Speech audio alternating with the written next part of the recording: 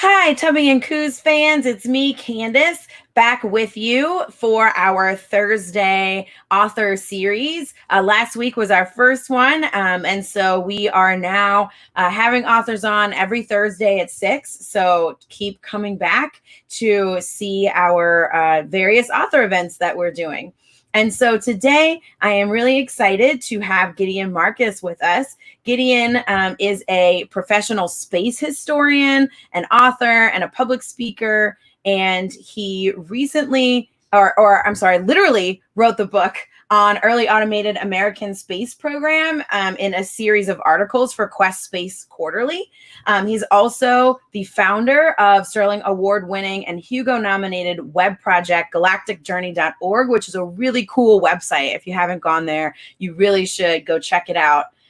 Their mission is to recover the lost voices of sci-fi fantasy and the space race and make the past relevant to today. And that's a lot of what we're going to talk about today as well.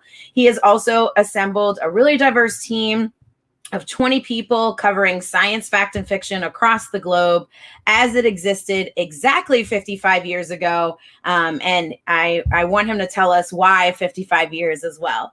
But his educational series of lectures and panels he performs at conventions and public venues are really cool events. So I'm really excited to have him here today. So welcome, Gideon. Thank you for being here. Hello. How's the reception? I know there's about 55 years separating us. There is. And why 55 years? Tell us that first. That has never been asked before. So just so you understand who I am and what I do, I live in a time warp of 55 years displaced from you. So for you right now, it's 2020. For me, it's 1965. I get so screwed up with the time. Like I thought you were in Eastern time for some reason, and I checked, and apparently I got it wrong. So anyway, I've been living in this time bubble since 1954, and I started writing about it in 1958. To give you an idea how comprehensive this time bubble is, the radio plays 55 years ago. The television set plays 55 years ago. And the reason I've done this is 55 years ago is sort of this magic time. We move forward day by day, just like everybody else. So we live in the time stream just like everyone else. The time of 55 years ago looks a lot like our world, just through sort of this sepia filter. I like to say it's our world, only crappier. The seeds of what we have in the 2020 were planted in 1965, and you can see the resonances between the two. Right now, I understand in 2020, there's a big plague infesting the United States, and everyone is locked up in their homes and doing their best not to go out for risk that they might die. In 1965, there was a similar malaise. It was called the Vietnam War. And every day we would hear on the news reports how people were dying every day in living color on television. In 2020, some communities are harder hit by the malaise and the plague. In 1965, the disparity was even worse. And being any color other than white and any gender other than male and any persuasion other than straight was hazardous to one's health.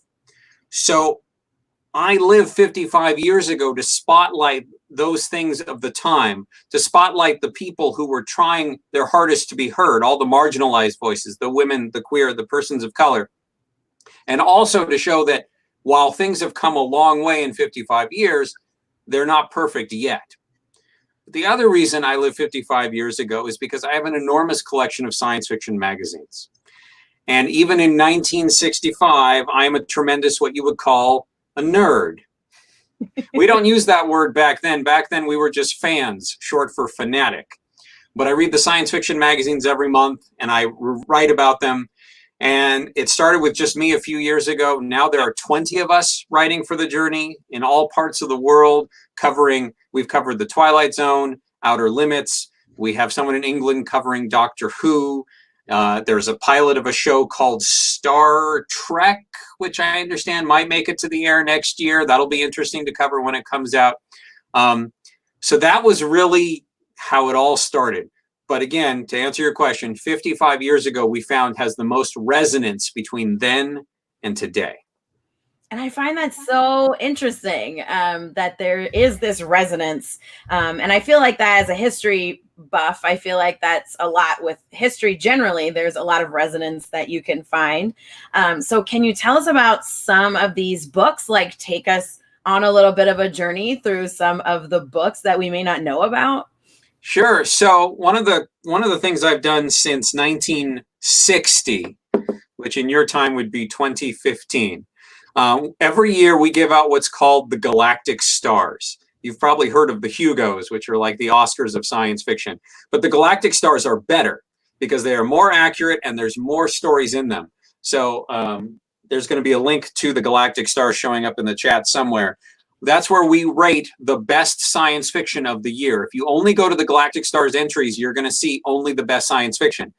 And what I have done is for this program, I've assembled a list of great books that not only did we award high Galactic Stars, but are also available today in print. Sadly, there's not a lot of them in print, and that's one of the reasons Journey Press exists, to bring back some of the great books. But I'm going to tell you about some of the books that are both excellent and you can get at Tubby and Coos.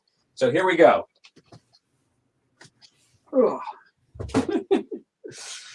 Books used to come in this shape. So I'm going to start with, if there's anybody out there who enjoys a little game called Dungeons and Dragons. Back in the early 60s and 50s, there were books that came out that were extremely formative for the people who created Dungeons and Dragons, Gary Gygax and Dave Arneson. And if you go to the back of the original Dungeons and Dragons books, they have a bibliography, and they talk about which books inspired them. And some of them are in my time period. So for instance, this is Margaret St. Clair's Sign of the Labrys. And it's a timely book. It takes place during a pandemic. Much of the human race has died, but more importantly, it's sort of lost its spark. And amidst this, a man who's sort of walking through life gets invited into this underground labyrinth, which originally was an atomic shelter in case of nuclear war. And there's people down there and weird cultish sort of things. It becomes a progressively weirder and weirder book. But that's where Gary Gygax and Dave Arneson got the level concept for Dungeons and Dragons, which still exists to this day in MMOs and any other role-playing venue. So Sign of the Labrys is a pretty neat book. And you can get it at Tubby and Coos. Another book that is in the D&D bibliography is Poul Anderson's 3 Hearts and 3 Lions. This is a fun sort of romp where a modern day, for the time, Dane gets transported to this fantasy world and all sorts of interesting adventures happen. And if you are familiar with gnomes and trolls and swan maze, they all came from this book. And the general feel is very sort of D&D-ish too. So Poul Anderson is one of the titans of the 50s and 60s. He has his phases. Sometimes he's excellent. Sometimes he's not so good. Sometimes he's both in the same year. But this is one of his good books, 3 Hearts and 3 Lions. There was, for a while, originally science fiction was pulp, right? It was adventures that appeared in these oversized magazines made on crappy paper. Those went out of business in World War II with paper shortages. And it was replaced with the golden age of science fiction led by John Campbell's Astounding. And that's when science fiction really matured into a genre. And those stories tended to be technical stories about science triumphing, people solving these technical problems. By the 50s, you started getting more thoughtful science fiction. You entered what I call the silver age of science fiction. And by the early 60s, people are really using science fiction to explore the human condition and are more interested in what does it mean to be a person in 500 years when the world is changing all around us, much more philosophical. It's a movement that started in England and came across the Atlantic like a wave. And so it's appropriate that it ultimately was called the new wave of science fiction. No name is better associated with it, perhaps, than Brian Aldiss. Unfortunately, much of Brian Aldiss's work is not currently available. However, J.G. Ballard is another big name of that movement. And his The Drowned World, which I don't have a copy of, is in fact available at Tubby and Coos. And The Drowned World is one of those great British catastrophes where everything's sort of slow motion and contemplative, and people stop for tea, because that's how catastrophes happen in England. So if you get a chance, Tubby and Coos' The Drowned World was one of the books that got the Galactic Star. And speaking of which, I'm going to toot my own horn. The Silver Age of science fiction is one of my favorites, 1950 to 1963, thereabouts. It's when women came on the scene in the big way for the first time. There were women in science fiction before then, don't get me wrong, and a woman created the genre in many ways, Mary Shelley with Frankenstein. But in terms of becoming regular producers of science fiction for the mainstream venues, it was really in the 1950s when that started to happen. And when I founded Journey Press as sort of a natural outgrowth of Galactic Journey, our very first project was this. So this is a collection, an anthology of 14 of our favorite science fiction stories, all by women. Most of them were nominated for the Galactic Star. Almost all of them are names you probably haven't heard of. Most people are familiar with Ursula K. Le Guin, Anne McCaffrey, maybe Joanna Russ, and then the names start to run out. But there were so many. There were 36 women who were active in the field when Ursula K. Le Guin came out. So we're trying to rediscover them. Not only are they in this book, but they are introduced by people who are women who are current authors today who are up and comers, and they provide historical context. So I'm sure you've read it, Candace, and I'm sure it's right up your alley.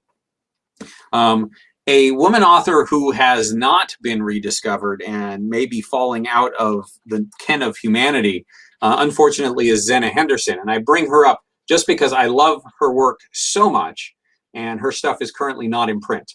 So I bring this up because, I don't know, maybe Journey Press will be able to do something about it, or maybe we can lobby whoever has the rights. But if you get a chance to pick up these books, if you have a used bookstore around you or whatever, Zena Henderson's The People story are just masterpieces. Speaking of masterpieces by women authors, I'm sure you're all familiar with this one, A Wrinkle in Time by Madeleine L'Engle. This came out, from my perspective, just a couple of years ago. And in fact, it was a bedtime story for our daughter. We read a chapter every night, and she loved it. And it was actually her first full-length article she did for the Journey. We'll be meeting the person who wrote that article because she's fundamental to our work we do at Journey Press.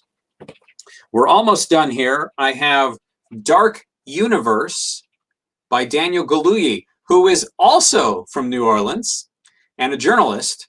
I mean, he's not around anymore, but from my perspective, he's alive well and producing great stuff. Dark Universe is another one of those after the bomb stories. And this one actually starts and mostly takes place underground in these post-atomic bunkers. Humanity has been down there so long that the light has gone out. The light has gone out for generations, and people have had to survive essentially disabled. Some of them have developed the ability to see in the dark to a limited degree. Some of them rely on their hearing. And what's fascinating about this book, it's a great adventure story, but what's really neat about this book is when these folks see light, it's not a good thing. It's an alien, hazardous thing. And it's sort of a neat treatise on what it is to be disabled. And once you have worked with your disability and that now defines who you are and you're living with it, is being fully abled actually a blessing or not at that point? It's a really interesting story. So that's Dark Universe, again, available at Tubby and Coos. And the very last one I have for you is by Harry Harrison, who, while he's an American, he went to England and essentially became part of the New Wave. And he wrote a really neat story 5 years ago, from my perspective, called Death World, which is basically sort of an environmental parable writ large. People go to a planet, try to make it their own. The planet fights back. And the question is, how do you tame a planet that doesn't want you there? And the answer is pretty cool. So that's Death World by Harry Harrison. And that, there are two more books let me tell you about real quick. 1964, a great book by Hugo finalist Tom Purdom came out. Possibly the first book ever to feature a person of color protagonist.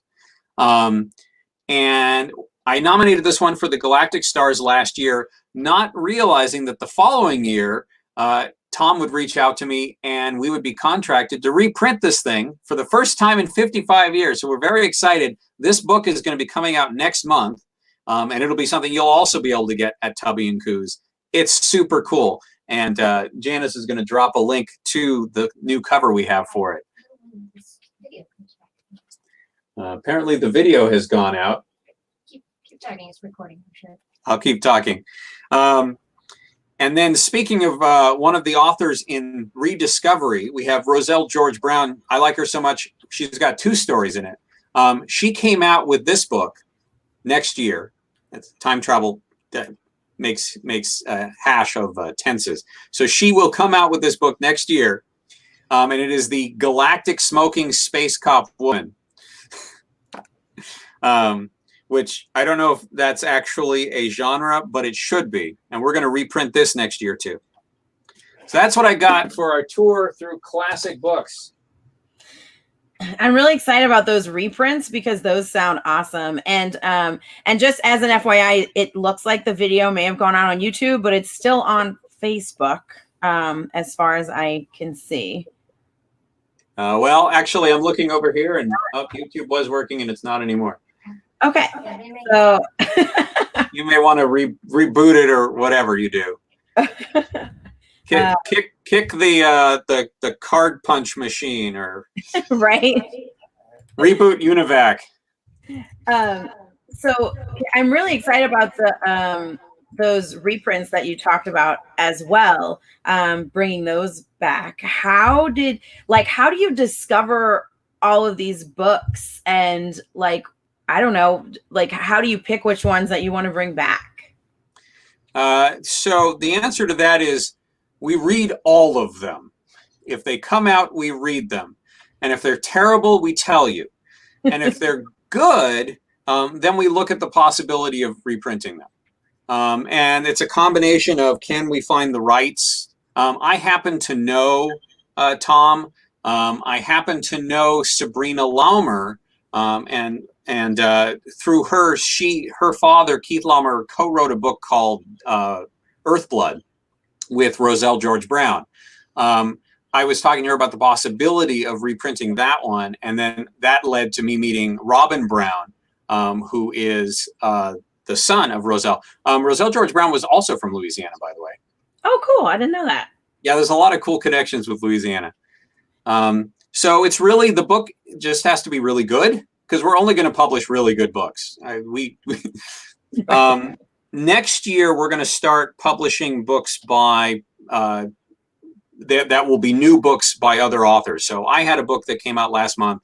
My wife has a book coming out at the end of the year. It's going to be a high fantasy gay romance, which is going to be amazing. Next year, we're going to start incorporating more authors. So hopefully we're just going to be this publishing house that makes unique, cool stuff with a marginalized voice bent. Yeah, and it's awesome. So if y'all haven't heard of Journey Press, I'm really glad to introduce you to them, because they are doing y'all are doing some awesome work over there. So I'm excited to see what else y'all do. And I do want to spend a little bit of time too talking about your new book, Kitra, which is a YA book, correct? And it just came out pretty recently. And so tell us a little bit about this book and who Kitra is. So Kitra is a 19-year-old young woman.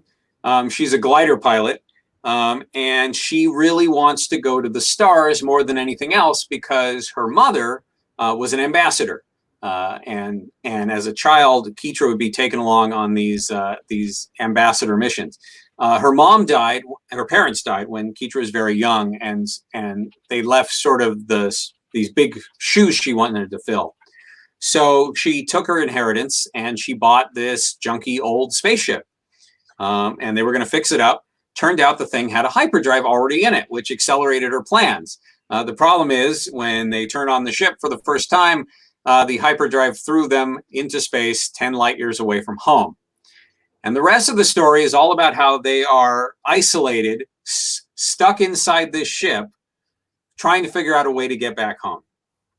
And it's unique for YA these days because it's not a dystopian book. There's no big bad. There's no villain. It's all about friends who have to work together to get the job done, to get home. And there's drama, there's tension, and there's certainly a lot of problems to solve. But I think it's the kind of thing that resonates today, especially today. I didn't plan it this way, but the idea of reading about people who are stuck inside and have to find a way to get out of it and work together is pretty resonant right now. Yeah, I think so too. And tell us about the character of Kitra and where she came from. Like, how did you think her up? So Kitra and her whole world is as a concept is something I've had in my head for almost 20 years now. It's always been something I've wanted to write about. And I've put together the plot line for 10 books, so, of which this is the first. And don't worry, this is a standalone story. You could stop reading after the first one. I hope you don't. And be perfectly satisfied. But Kitra has just evolved over time. She's an amalgam of a lot of people I know. There's a bit of my wife in there. There's a little bit of me in there. She's a character I want to see. So when I was a kid, they had these stories, and they were space adventure stories. Then they were written for young audiences, but they didn't talk down to them, so they were accessible to grown-ups too. And they were called juveniles. It was a terrible name, but that's what they called YA back then. And they were excellent. And they didn't have these big bads or dystopias. They were just, and there's nothing wrong with dystopias or big bads, but we have a lot of them. And I really wanted to see that. And there weren't a lot of women protagonists. And so I wanted to see that. And there certainly were not a lot of queer protagonists. And as for why Kitra is queer, well, they say write what you know. So I happen to be bi. My wife is bi. So it's no surprise that Kitra is bi. And also, there are 5 people in the book, and I like the idea of gender is not particularly important of who anyone is attracted to, whose relationships are. There's no gender roles in the book, which I hope is something we get to in 800 years. Yeah, I do too. As a non-binary person, I'm really averse to gender roles as well. So I really hope we move away from that too. And I really appreciate that you sort of showcase like that doesn't play a part really in your story, because I think that's also there's more of it now than there used to be, but still not as much as I wish there was. So, so tell us a little bit about like what came first to you in this. Like, did the plot come to you? Did a character come to you? Did the world come to you? Like, how did the story sort of develop in your head? I'm always curious about this. Originally, it was a novella. It wasn't a very good novella. In fact, I'd written it in third person, and I wasn't terribly happy with it. And in the original plot of the novella, she bought the ship, they get in the ship, they go into hyperspace for a week, they don't know where they're going to come out, and it turns out they come out exactly where they started. And it wasn't very satisfying. Not only that, but there were a couple of characters who I brought in and I didn't think they were going to last. I always intended to write more stories, but I didn't think these characters were going to last. And in the process, I fell in love with them. Those are Marta and Peter. And so I decided it really needed a full book to develop. So I came up with all the major plot points of the book. But then I sort of let the characters write themselves, which was really fun. You will find when you read it, I know it hasn't gotten to your story yet, but very early on in the book, something happens between Kitra and Marta, and I didn't plan it. They just did it themselves. But it makes perfect sense when you understand who they are. And the book is a series of crises that they overcome, and there's one very big one that Kitra cannot overcome. And I didn't know how she was going to overcome it. And then one day I just went outside, sat on my porch, and thought, well, what would the characters do? What have I written so far? And so the solution that came out was very organic. And it'll feel like I'm, just a genius. I planned this all along. I set all these breadcrumbs. But what actually happened was, and I think authors should do this, let the characters sort of write themselves through the story. And if you end up not writing exactly the story you planned, that's okay, because the story will be that much more believable when you're done. Yeah, I totally agree. I think the stories that I tend to have a hard time reading, or that I tend to not like as much, are stories that don't feel organic. It's like you clearly plotted this out and like they have to hit certain beats. So it's so much more interesting to me when it feels organic and like, yes, this is clearly what this character would do. And every author that I talk to that is good at that says the same thing, where it's like you kind of just have to let them guide you through the story. And as you feel that as a reader too, I think too. Oh, great. And so tell us about a little bit about your world building process, because I am a huge fan of world building generally. And it's something that draws me into most of the books that I get interested in reading. So tell us a little bit about your process and like, how did you go about creating this world that they're in? So world building is probably, I know it's some people are good at dialogue, some people are good at characters, some people are good at world building. World building is always something that's come pretty easily to me because I've been running role-playing games since I was 8. And of course, I'm 39 now. Like Jack Benny. No one will get that joke. That's okay. I do. So anyway, I've often said that writing is a lot like running a D&D game for an audience of either 1 or 1 million, depending on how you think about it, right? Because as a DM, you have to have the entire world in your head, and then your characters, your players just sort of wander around in it. So for Kitra, I knew I wanted something that was far enough in the future that you could have spaceships and have sort of a developed history. But I also wanted something that was near enough to now that the nationalities would be familiar, the interactions would be familiar. When someone opens up, they'll recognize the Turkish place names and some of the cultural touchstones. That was important to me, to have some sort of relevance to the current audience. My background is science. My first major was astrophysics. So it's super important to me that the science is accurate. And when your science is accurate, that can guide everything else. There's not a lot of scientifically rigorous science fiction out there, and certainly not a lot of scientifically rigorous YA. And of course, if you write science, then the trick is to present it in such a way that the reader, who's probably 12 or 14, doesn't get overwhelmed with it. So it's all in the background. No one is ever going to realize the sweat I put in trying to figure out the exact times, the amount of air they would have, how much pressure a gas giant should have at which altitude. These are all things that are completely invisible, and yet they're pretty accurate as far as I can tell.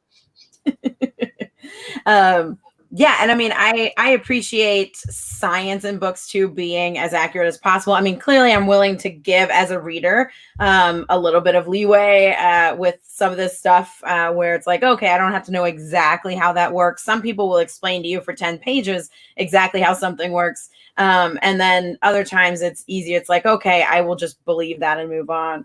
But I do appreciate when the science is at least somewhat accurate to my knowledge. Clearly I don't know everything but about science especially, but when it's, it feels real is when it's like, oh, okay, cool, I can believe this. Because sometimes authors get way out there and it's like, I don't know. I don't know if this is accurate or not. Or when it's wrong, it just sort of slaps you in the face. It's like, no, I don't think so. Yeah, it pulls you out of the story, which is bad when you're wanting to read. So tell us why you chose to write YA versus like an adult book. I feel like when you write, you should make your work as accessible as possible. I mean, people today still hopefully have grown up on Bugs Bunny and Rocky and Bullwinkle. There's got to be modern equivalents. What's the modern equivalent of a show that aims at both adults and kids, that hits you on both levels? Steven Universe. Oh yeah, Steven Universe. Yeah. Yeah, Steven Universe. Right. I saw all of Steven Universe. Don't ask me how. I'm in 1965, and yet I saw all of Steven Universe and even the movie. It's important to communicate with everybody as much as you can, and I don't want to leave anybody behind. I want someone to be able to read Kitra, to evolve with Kitra as she matures. I want grown-ups to be able to read this book too and go, yeah, this isn't just kiddie stuff. This can appeal to anybody. That's just important to me. And to toot a horn, I think it requires a certain level of skill to be able to communicate with everybody. And I have been a teacher professionally in an amateur fashion for almost 20 years. And so explaining stuff to kids, whether it's plot lines or science or whatever, is something that comes pretty naturally to me. And I enjoy it. Besides, if I can aim at kids, that's a longer lifespan that they can buy my books, he said cynically. That's very true. And I love YA. I mean, I have a whole book club at the store that's dedicated to adults who read YA. So I have another good reason, actually. Lorelei? Yeah. So actually, I mean, all of the stuff I said before is complete garbage. The real reason I write YA is because I have a daughter who, by the way, is probably more famous than any of us for a lot of reasons. But she is the reason why I write for younger people, because what's the point of writing if she can't read what I write? She's actually really important. So Kitra, also uniquely for books coming out these days, is illustrated. It's not an illustrated novel. It just has 5 illustrations in it. But they illustrate pivotal moments of the book. And the reason why it's illustrated is when I was growing up, the magazines all had illustrations for their stories.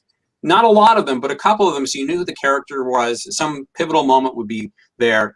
If you ever read The Wizard of Oz from the early 20th century, they had these beautiful illustrations in them. I wanted to bring that back. I happen to be lucky in the fact that Lorelei is a very accomplished professional artist and was willing to work. So I contracted her to do the illustrations, and I'm very glad her stuff is in there. People who have read it said, yep, that's how I visualize the characters, or, oh, it was great to see the characters. You can see the diversity of the characters from it. I very specifically, most of our hero and Farid, they are not white skin. Marta, the pretty one, is not a small person. And these were just intentional things to make people real. These are not cardboard cutouts. These are real characters. And she brought them to life. Thank you. And that's you want to ask her something? Yeah, I was gonna ask if you're willing to answer a question about. Okay, cool. There we go. I have to stand on a stool because I am slightly shorter than my father. Totally understand. I'm a very short person, which is why I sit for these things so that you can't see how short I am. But tell us about. So I'm curious as to your illustration process. Did you read the book first and then do the illustrations? Did you sort of do them as your dad was writing? How did you bring the book to life? So the illustrations were a very deliberate process. I actually read the book several times, also because I was one of his editors. He basically ran it past me in several different drafts. And then I didn't actually read the book all the way through when I did the illustrations. He chose out what specific points in the book he thought would look best with the illustrations. He actually had a whole big list, and we together narrowed it down to which ones we thought would be most pivotal and dramatic. And then I drew them. And then afterwards, when we got our first proof copy, I reread the book all the way through with the illustrations, and just not as an editor, but just as a consumer. And I thought it was a really cool experience, just being able to sort of become detached from the work and see it all the way through in its final form. And personally, as unrelated, I think it's a really good book. Awesome. And do the illustrations, are they just there? Is there any captions or anything, or are they just kind of in the spot where the action happens that's in the illustration? So there is a caption. There's a little quote at the bottom of each one to show when the moment is. I'm actually currently reading Little Lord Fauntleroy, which is an older book. And it has similar ink illustrations and watercolors that have captions like that. So I think it's a really cool idea that we're bringing back this sort of older style of illustrations with the captions into the books and bringing them to a whole other level that you don't see in much modern YA. Yeah, I totally agree. I think it's really cool that you did that. And just one more question about your specific sort of artist process. Like, what kinds of drawings are these? What tools did you use? Are they pencil drawings? Are they like watercolors? Like, what did you use to, or what was your process of actually drawing the illustrations? So I did these with just some mixed media paper and some regular drawing pencils and an eraser. There was some debate about whether we should do it in pencil or in pen, and ultimately we decided to do the drawings in pencil because I wanted to be able to shade in the character's skin more easily, and just shade in general more easily. And I like the sort of like down to earth, excuse the pun, sort of look that it has, where I think it contributes to the themes of Kitra in being sort of self-sufficient and tied to the worlds, but also like among the stars, that sort of contrast. Yeah, I think that's really cool because I know a lot of illustrations and drawings these days are done digitally, you know, and so I think it's cool that these are just like pencil, like you know, like sat there with paper and draw it, and I think that's really cool too. And I think that does give it sort of that old school feel, like some of these older books have with the illustrations in there. I mean, clearly this is a modern book with the illustrations are modern, but like that sort of feeling of like the older classic sci-fi stuff just like being in there, I think is really cool. So thanks. I think that's everything I have about the illustrations, and I can't wait to see them. As Gideon said, I haven't actually like gotten the book yet, but it's coming soon. But I'm going to be really excited to check out your illustrations too. Oh, thank you. I'm very proud of them, and I'm hoping to keep working on when he comes out with more books. I want to do more illustrations for the series in the future. Awesome. And Gideon, you said that you have outlined 10 books for this series. Oh yeah. In fact, I was just talking to Janice about it today. I'm probably going to change a couple of some of the events cross over from book 2 to book 3. I'm already knee deep in book 2, and that should be ready to come out next year. So probably come out with a book every single year for the next 10 years, and it will be a very satisfying event. I have not read the Expanse novels, but I have watched the show. And there are some thematic similarities. I obviously came up with my stuff long before James Corey did, so there's no crossover. But we all have the same influences, right? And The Expanse is the hardest, possibly the best science fiction show on television since the original Star Trek. And this sort of sense of adventure and exploring other systems with crunchy science fiction and diverse characters is very much. If you like The Expanse, you'll probably like Kitra. But the nice thing is you can show Kitra to your kids. Yeah, I think that's awesome. I love the Expanse TV show as well. I think it's really, really great show. And I've read 2.5 of the books so far. And the books are good too. I mean, the books are the books are very much like the show, like a really actiony, fast-paced. Which is what I like. They seem long, but you get through it quickly because of how fast paced it is. Is Kitra the same way? Like, how's the pacing? Is it? You'll be done in it. You'll be if you get hooked, you'll be done in a night.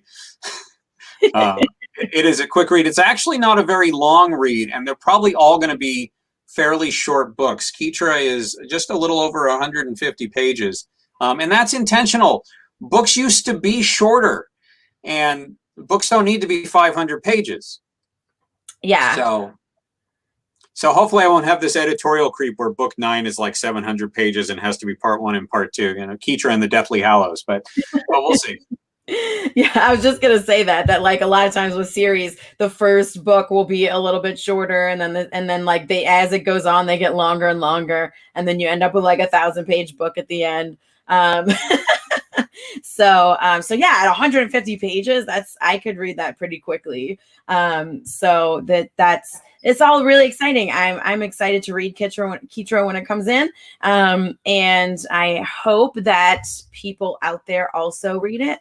If there's anyone watching who has any questions, by the way, I'm sure Gideon would be happy to answer any questions that y'all have. Just type them into the chat. I can throw them up on the screen and we'll answer them if anyone has any. I'm not sure if that'll be the case or not. And if not, I'll just keep asking questions because I can do that all day. I'll stay here as long as you find me interesting. Awesome. Well, just to do a plug as well while we are waiting for questions, these are Gideon's books that he talked about.